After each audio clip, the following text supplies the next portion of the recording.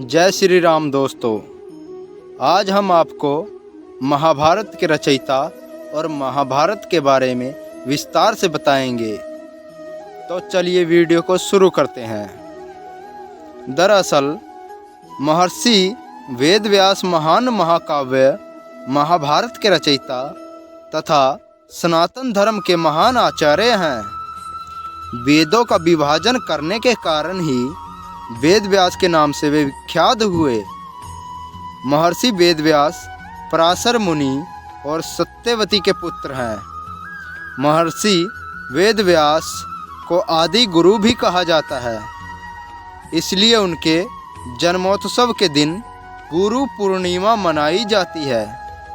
सभी 18 पुराणों और ब्रह्मसूत्रों के रचयिता भी महर्षि वेदव्यास ही हैं तथा यह 7 चिरंजीवियों में से एक हैं, अर्थात यह आज भी जीवित हैं।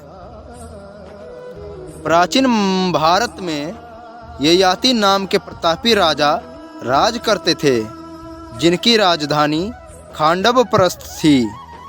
ययाति की 2 रानियां थीं, देवयानी और शर्मिष्ठा।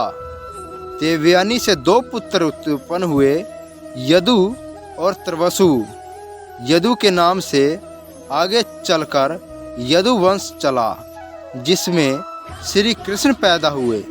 शर्मिष्ठा के 3 पुत्र हुए, जिसमें से सबसे छोटा पुरु बहुत पराक्रमी तथा पितृभक्त था।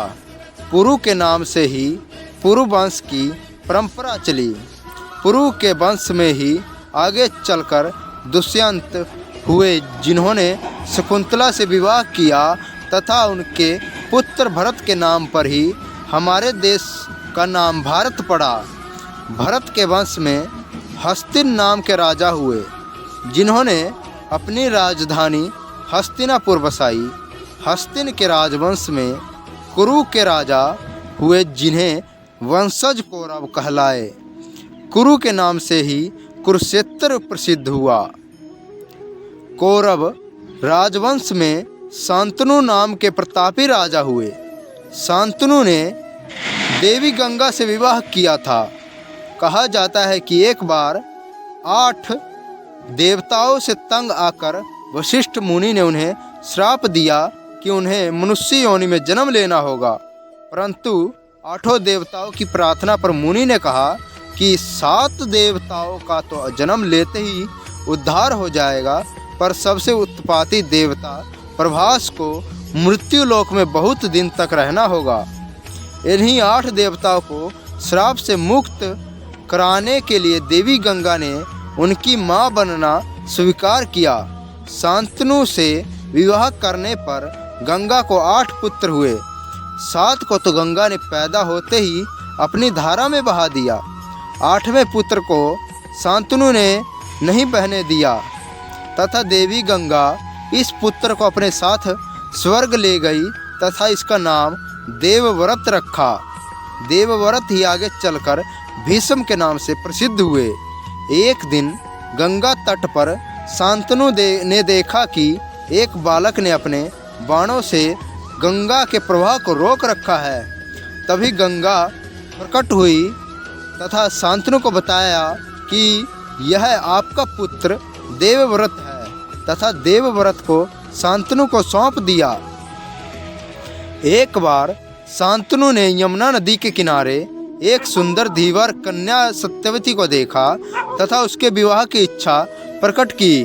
सत्यवती का पिता विवाह के लिए तैयार हो गया, पर उसने एक शर्त रखी कि उसकी कन्या का पुत्र ही राज्य का उत्तराधिकारी होगा। शर्त को सुनकर राजा सोच में पड़ गए तथा दुखी रहने लगे।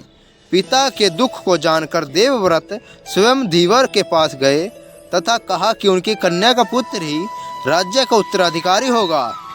धीवर ने कहा कि मुझे आपकी बात पर पूरा भरोसा है, पर आपका पुत्र यदि राज्य का दावा करेगा तो मेरी कन्या के पुत्र का क्या होगा। इस पर देवव्रत ने प्रतिज्ञा की कि मैं आजीवन ब्रह्मचर्य रहूँगा तथा आपकी कन्या का पुत्र ही राज्य का उत्तराधिकारी होगा। देवव्रत की इस भीषण प्रतिज्ञा के कारण ही उन्हें भीष्म कहा जाता है। शांतनु का विवाह सत्यवती के साथ हो गया तथा उनके 2 पुत्र हुए, चित्रांगद और विचित्रवीर्य। तो आपको हमारी जानकारी कैसी लगी हमें कमेंट सेक्शन में अवश्य बताएं और वीडियो को लाइक, कमेंट और शेयर अवश्य करें। धन्यवाद। जय श्री राम।